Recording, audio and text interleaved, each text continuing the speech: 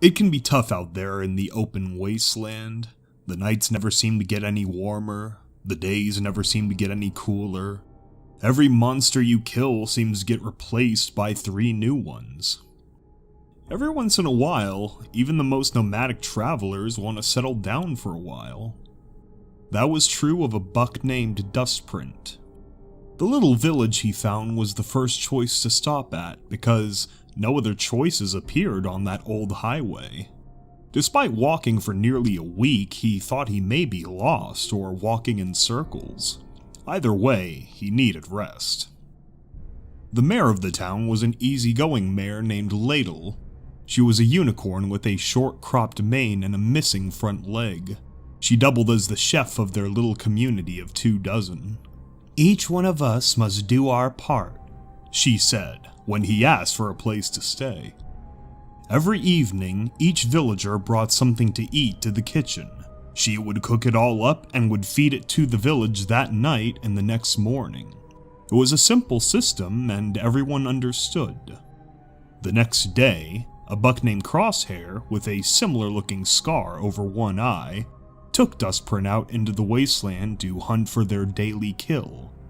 There was an assortment of flood tunnels that ran beneath the highway near the village. Just enough critters seemed to congregate there that the village was able to thrive. After exploring 10 different tunnels, they stumbled on a pair of small rad scorpions. Each were about the size of a hoofball, just large enough to cover their portion for the day. With careful aim, Crosshair fired an arrow into one of them, pinning it to the ground. The other was scurrying quickly, but Dustprint was able to nail it with his trail carbine. That night, they brought their finds to Mare Ladle and she was satisfied.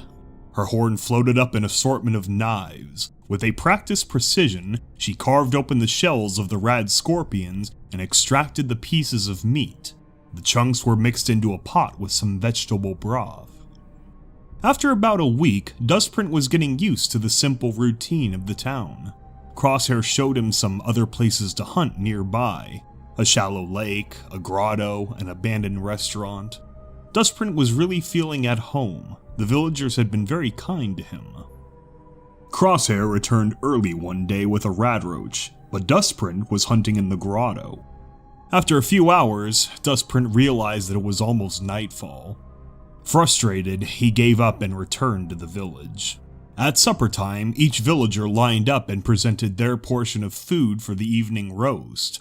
When Dustprint reached the front of the line, he apologized and said he couldn't find anything that day. He then turned to make his way toward the tent, not expecting to eat if he had nothing to give. "Now wait a minute," Mayor Ladle said. Dustprint turned around and saw that she was sharpening one of her larger knives. He glanced around and saw that the group had gone silent. Crosshair was staring at Dustprint with a look that he couldn't quite describe. Mayor Ladle finished inspecting the butcher knife when she thought it was sharp enough. It floated in place where her front right leg used to be. "Each one of us must do our part," she said again. "Which part will it be?"